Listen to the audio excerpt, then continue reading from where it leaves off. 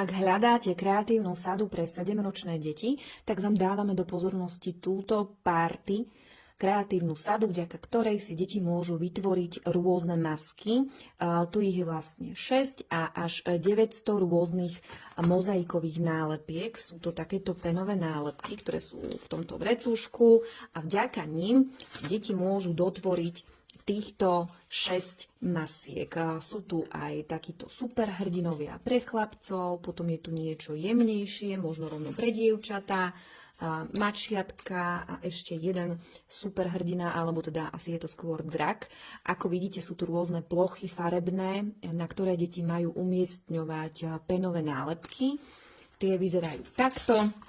Sú rôznych tvarov, či už trojuholníky, kruhy alebo štvorce. A samozrejme súčasťou sú aj tieto gumičky, vďaka ktorým si deti môžu pripevniť tieto masky neskôr na tvár a veselo ich nosiť a zabávať sa.